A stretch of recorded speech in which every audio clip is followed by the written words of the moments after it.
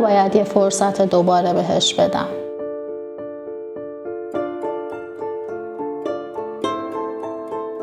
قبل از اینکه به این سوال جواب بدین، بهتره که چند تا سوال از خودتون بپرسین.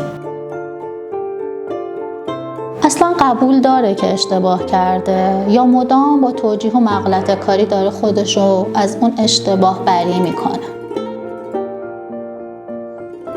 این که داره برای جبران اون اشتباه تلاش میکنه یا مرتب داره رفتار قبلیشو تکرار میکنه؟ اصلا چند بار بهش فرصت دادی برای جبران و تغییر رفتارش؟ و یه نکته خیلی مهم، این که رفتار و اشتباه خودتو توی این موضوع میبینی؟